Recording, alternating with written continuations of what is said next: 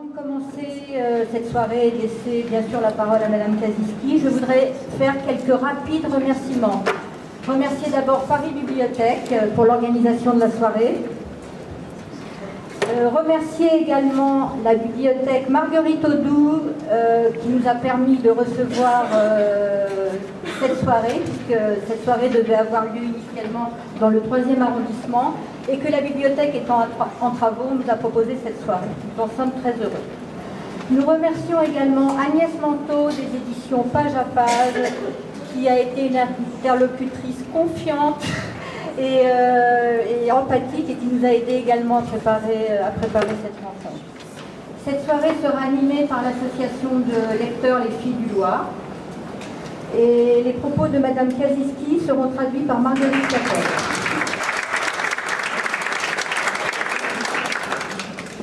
Bonsoir à toutes et à tous. Je présente en quelques mots et cette soirée et Les Filles du Loir.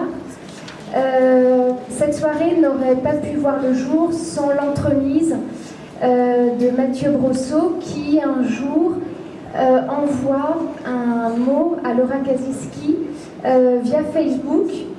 Ne connaissant pas l'anglais, il tape un mot en français, le fait traduire sur Google et Laura a la gentillesse de lui répondre en lui disant « Ok ».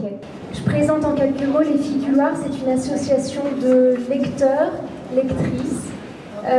L'idée, c'est que l'on reçoit des auteurs contemporains, vivants, francophones la plupart du temps, mais également étrangers.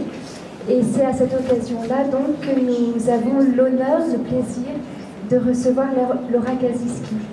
En quelques mots, pour nous c'était un rêve, parce que j'imagine que vous avez entendu cela depuis une semaine que vous êtes en France.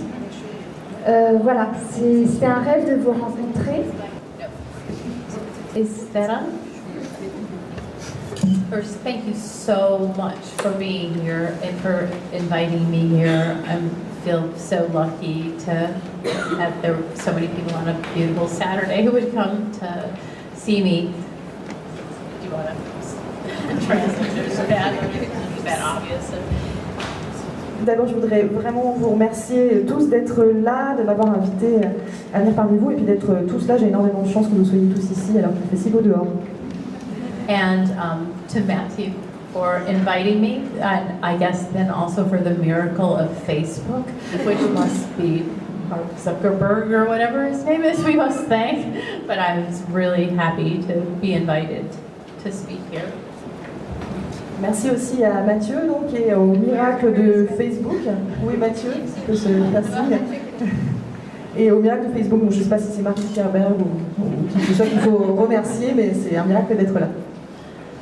So, in answer to the question about whether the short stories are in some way an impulse towards the novel, for me they're the poetry, short fiction, and novels are completely different forms, and just the only things for me they really have in common is that I write them with words, and but otherwise the process is really different. I've never written a short story that then grew into a novel or condensed a novel into a short story. When I start a little story, I already sort of know about how long it's going to be and how, that it's going to be something that's contained in a small space. So. Pour répondre à la question sur les nouvelles, pour moi l'écriture poétique, les fictions courtes et les romans, ce sont des formes qui sont complètement différentes. La seule chose qu'elles ont en commun, ces formes, c'est que j'utilise des mots pour les écrire.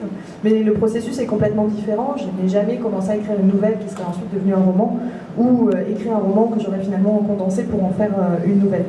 Par contre, quand je commence à écrire une nouvelle, en fait, je sais déjà à peu près quelle longueur elle va pouvoir faire. Et je sais déjà en tout cas que c'est une forme qui va être contenue dans un tout petit espace. So with both poetry and the shorter fiction, I really just start writing in notebook, longhand, not really knowing where it will go, and sometimes it's something, I draft something that's worth going back and working on some more, and sometimes I just throw it away. So, but that's very different when I sit down to write a novel. You know, I have a bigger, really sort of complex idea. I know it won't end soon. Donc quand je commence à écrire de la poésie ou des fictions courtes, j'écris à la main dans un petit carnet. Je ne sais pas forcément où ça va me mener, et parfois c'est ces premiers jets dont je me rends compte que ça vaut la peine et auxquels je vais revenir et que je vais poursuivre. Parfois il y a des choses aussi que j'abandonne. C'est pas la même chose quand je me mets à écrire un roman. Là en général j'ai quand même une idée un peu plus complexe en tête et je sais que ça va me prendre un certain temps. I don't think it's really, maybe I do, but I don't think it's really supernatural or anything, but you can see where the idea of the muses comes from, and or people feeling they've been possessed or are hearing, have been taken over by voices, because when the writing is going well, and this is not always the case at all, but when the writing is going well, it does feel like somebody else wrote it, and I'll look at it, and the only thing I can think that has to do with is the process. And it's sometimes when I'm in the midst of writing and it's going well, like some other part of my brain that's not conscious and it's not mechanical kind of takes over. You don't speak English. Je crois pas, je pense pas que ce soit un phénomène qui est surnaturel, mais je vois bien d'où peut venir l'idée, le concept des muses, ou l'idée que certains peuvent avoir l'impression d'être possédés par quelque chose, ou d'entendre des voix. En fait, quand l'écriture fonctionne bien, et c'est pas toujours le cas, on y revient en ayant l'impression que ça a été écrit par quelqu'un d'autre. C'est vraiment le processus en fait qui crée ça. Quand je suis en train d'écrire et que les choses se passent bien, il y a un moment donné une part de mon cerveau qui n'est pas de l'ordre du conscient qui prend le dessus. Alors, puisque vous parliez de Freud, vous voulez vous interroger sur l'inquiétante étrangeté qui habite votre fiction, et notamment ces univers qui sont presque toujours, des univers de banlieue américaine, de classe moyenne, figés dans une espèce de quasi-cliché en fait, ces familles avec la maison, le jardin, la voiture et le chien. Donc un décor qui est toujours en apparence anodin, banal, bénin même. Et c'est précisément dans cette banalité que va naître le malaise, souvent, et l'horreur parfois. L'une des premières nouvelles du recueil interroge d'ailleurs cette notion de banalité sous la forme d'une question. C'est une question presque esthétique, presque métaphysique, qui nous est apparue comme une clé de lecture de toute votre œuvre. Le personnage dit « Tout allait bien, rien que du très banal. Et de toute façon, c'était quoi le banal ? Tout était banal. Alors, pourquoi creusez-vous autant cette notion de banalité pour finalement y trouver la monstruosité ?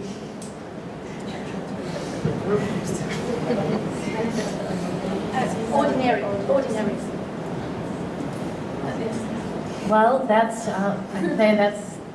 the kind of thing that interests me. I think that probably I've set my stories and novels just in places I'm familiar with, and I'm sure that my sense of the danger lurking behind the ordinary surface goes way back in my childhood, from the sense that I had that was the case, having grown up in a place where the surface was all cleaned up and everybody was trying hard to look like everything was normal. And then once you got to know people, or even in my own house, that's just a lot of strange activities and secrets, and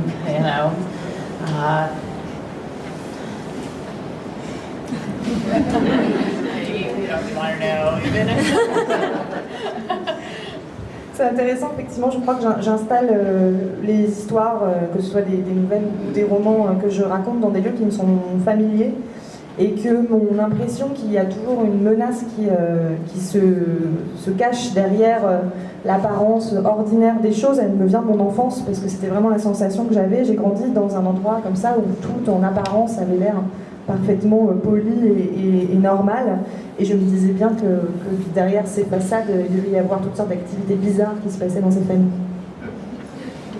I just now am having a memory of being, I must have been only about 4 years old or so, living in a nice little neighborhood in Grand Rapids, Michigan, and down the road we had a vacant plot, but it was, you know, someone was going to build a house there. There was nothing bad about the plot. The children, we called it Farmer's Field. Well, one day something horrible happened in Farmer's Field, and everyone kept trying, all the other little children kept trying to tell me what had happened, this horrible thing that had happened in Farmer's Field. Every time that I almost got the story, my parents would yank me away, or some adult would say, don't tell her about that. And I still, what happened? I don't know. And, you know, so maybe that's the origin of everything. And still, you know, we would go play in Farmer's Field, but I always knew something bad happened there. Il y a un souvenir qui me revient juste maintenant. Je devais avoir à peine plus de 4 ans et on vivait dans un petit quartier très mignon, très sympa, et au bout de la rue il y avait un terrain vague. Pas pour des raisons bizarres, hein, c'était un terrain qui attendait d'être construit tout simplement. On l'appelait le champ du fermier et on allait souvent y jouer. Et un jour quelque chose d'horrible s'est passé dans le champ du fermier et tous les autres enfants essayaient de me raconter. Et à chaque fois que quelqu'un allait me dire ce qui s'était passé, que j'allais connaître l'histoire, mes parents arrivaient et interrompaient et m'embarquaient, me prenaient par le balto.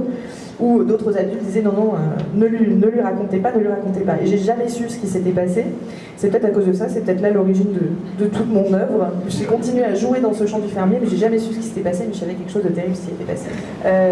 Mais en fait, avant d'écrire de la fiction, j'ai commencé par la poésie, j'ai étudié la poésie, j'ai écrit de la poésie, et les poètes, on est très à l'aise avec le mystère. On aime devoir observer quelque chose à plusieurs reprises, sous plusieurs angles, pour essayer de comprendre ce que c'est. En poésie, ce qui est important, c'est de ne pas écrire de façon trop évidente, parce que sinon on ferait aussi bien d'écrire de la prose, mais de façon pas non plus trop cryptique, trop obscure, parce que sinon il vaut mieux encore ne rien écrire du tout, si personne ne comprend ce qu'on fait. Il faut en fait en poésie avoir un certain degré de mystère, et j'aime ça, moi, lire ça en poésie et en fiction, ce type de mystère, quelque chose qui me laisse toujours un arrière-goût, la sensation que je vais continuer à y penser quand j'ai refermé le livre. Donc c'est pas par goût de manipuler. Il y a d'ailleurs certaines questions auxquelles j'ai la réponse, mais en fait donner ces réponses ne rendrait pas l'histoire plus intéressante. Elle la rendrait même moins intéressante, parce qu'elle lui donnerait pas justement cette capacité à rester avec le lecteur et à continuer à le hanter. I would say too, and I'm sure everybody has the exact same sort of life experiences where something happened, or you saw something, you overheard something, something happened, and you know, the moment passed and you never know what was that about. And those are, I mean, I just find that kind of thing really fascinating, just in my memory. And then when other people tell me, like in classes, I'll ask students to write about such a memory, and everybody seems to have one. And for me, like one really early one, I would have been really little. I was in my front yard. Some little boys across the street said, "Come over here, come over here, come over here." So I go over into their yard, and they picked up a clump of dirt and told me to look down. I looked down, and there were 2 eyes in this hole looking up at me. And I think they just covered it up, and that was that. And I'll never know. I mean, what was that? What was in there?